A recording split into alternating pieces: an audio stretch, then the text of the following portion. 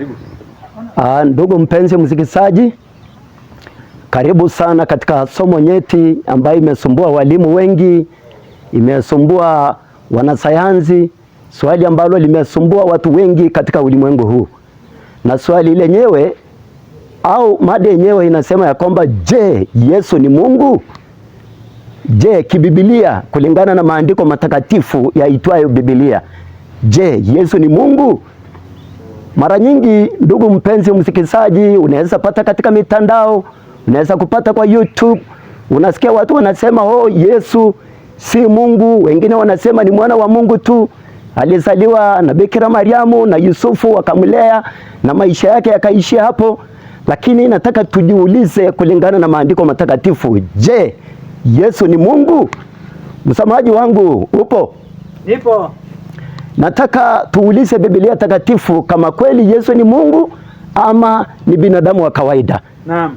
Nataka tuweze kuanza katika kitabu cha Mwanzo 1 mstari wake ni wa 26. Biblia inasemaje? Mwanzo 1:26 Biblia inasema, naam, Mungu akasema na tumfanye mtu kwa mfano wetu, kwa sura yetu, wakatawale samaki wa baharini, na ndege wa angani, na wanyama na nchi yote pia. Mungu akubariki sana msomaji wangu. Asante. Biblia inasema Mungu akasema na tumfanye mtu kwa mfano wetu.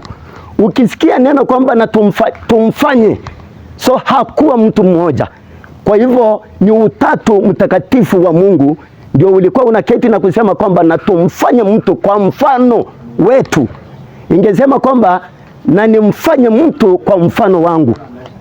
Kwa hivyo akasema kwamba na tumfanye mtu kwa mfano wetu, kwa mfano wetu, ili wakatawale samaki wa baharini, wakatawale uumbaji wa Mungu ambaye Mungu aliweza kuumba.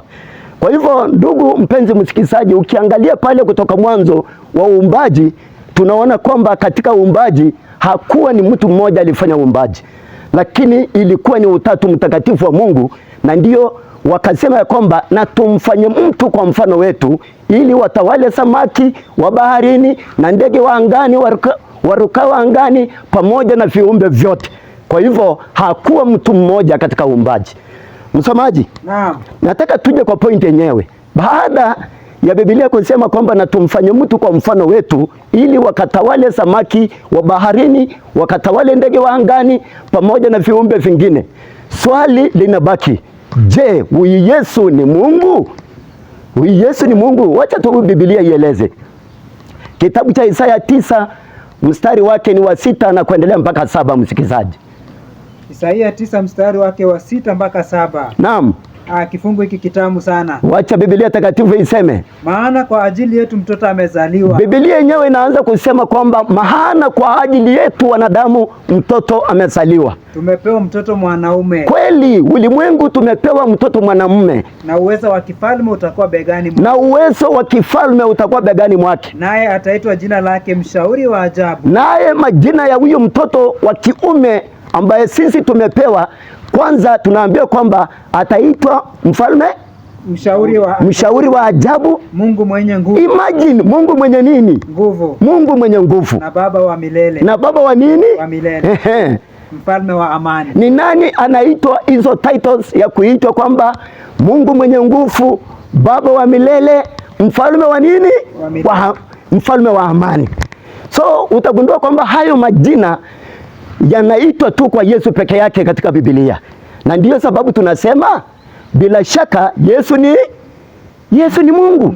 Maana nabii Isaya anasema kwamba tazama, tumepewa mtoto mwanaume na uwezo wa kifalme utakuwa begani mwake, naye ataitwa jina lake Mshauri wa Ajabu, Mungu mwenye nguvu, baba wa nini?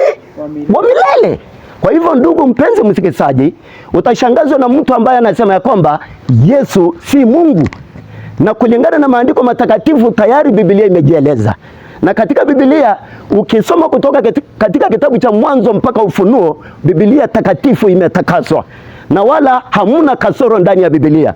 Maana ina vitabu vilivyotakaswa kwa uwezo na kwa mamlaka ya Mungu Mwenyezi. Kwa hivyo pale katika Mwanzo tuliona kwamba Katika uumbaji wa Mungu, Mungu alisema ya kwamba na tumfanye mtu kwa mfano wetu, ili wakatawale samaki wa baharini, ili wakatawale pia ndege wa angani, pamoja na viumbe vingine kama vile wanyama wa mwituni, pamoja na wanyama wa kufugwa wa nyumbani. Kwa hivyo hii inaonyesha kwamba katika uumbaji walioumba ni wengi, na tukaona katika kitabu cha nabii Isaya. Isaya anasema, tazama tumepewa mtoto mwanaume, na uwezo wa kifalme utakuwa begani mwake, naye ataitwa jina lake Mshauri wa Ajabu, Mungu mwenye nguvu, Baba wa milele. Ndilo jina la Yesu. Kwa hivyo kiBiblia, kulingana na maandiko matakatifu, ukimpata mtu yeyote mahali popote kule, mpenzi msikilizaji, akisema ya kwamba Yesu si Mungu, huyo mtu ni nabii wa uongo. Wala usitafute nabii wa uongo mahali popote, ila ni huyo huyo anayepinga kwamba Yesu si Mungu. Msomaji, naam, wacha tuendelee na somo letu, maana Biblia inajieleza. Nataka tuendelee, tusome pia kitabu cha Warumi 9 mstari wake ni wa 5 na 6. Kitabu cha Warumi 9 mstari wake wa 5 na 6. Nimefika mahala pale mwalimu wangu. Twende. Nasema ambao mababu ni wao. Ambao mababu ni wao. Huyo ni Paulo, alikuwa anazungumza na wale wazee wa Israeli. Anawarifaa kwamba kumbukeni kwamba ambao mababu ni wao. Na katika hao alitoka Kristo kwa jinsi ya mwili. Na katika hao mababu alitoka Kristo kwa njia ya mwili. Ndiye aliye juu ya mambo yote. Na kweli Yesu ndiye aliye juu ya mambo yote. Mungu mwenye kuhimidiwa. Ati nini? Mungu mwenye kuhimidiwa. Mungu mwenye kufanya nini? Kuhimidiwa. Mungu mwenye kuhimidiwa milele. Amina. Kwa hivyo ndugu mpenzi msikilizaji, katika somo hilo la kusema kwamba Yesu ni Mungu, kwa kweli kimaandiko Yesu anasimama ni Mungu. Maana ukiangalia katika uumbaji, na tumfanye mtu kwa mfano wetu, ili wakatawale samaki wa baharini, wakatawale ndege wa angani, pamoja na wanyama wa mwituni, pamoja na hata wanyama wa kufugwa wa nyumbani kama vile ng'ombe, kama vile kondoo, pamoja na wanyama wengine ambao tunawaona katika uso wa dunia hii. Kwa hivyo tukaona ya kwamba nabii Isaya pia akasapoti point ya uumbaji, ya kwamba tazameni, dunia tumepewa mtoto mwanamume, na uwezo wa kifalme utakuwa begani mwake, naye ataitwa jina lake Mshauri wa Ajabu, Mungu mwenye nguvu, Baba wa milele.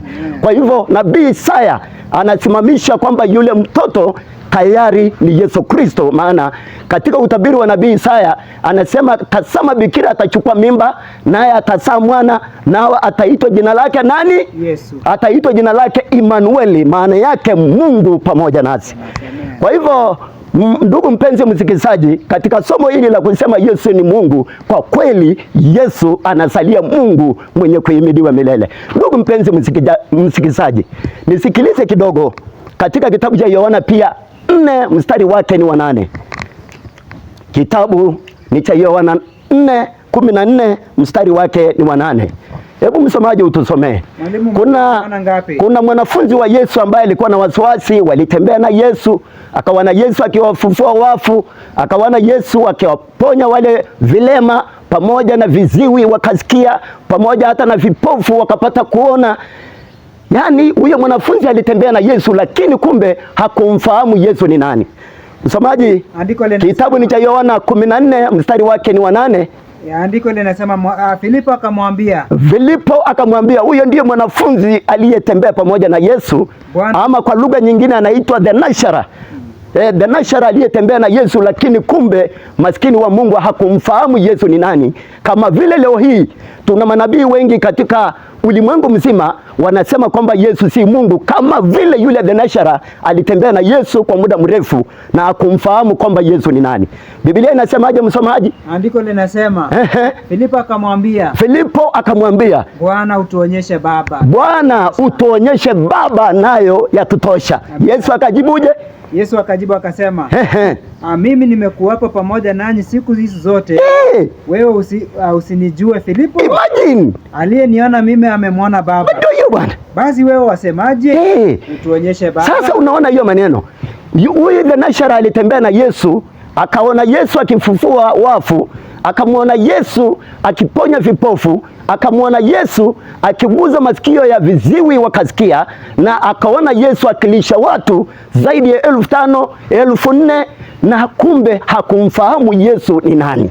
Na ndipo siku moja akamuuliza swali, Bwana, utuonyeshe Baba naye yatutosha. Ndipo sasa Yesu akastajabia kwamba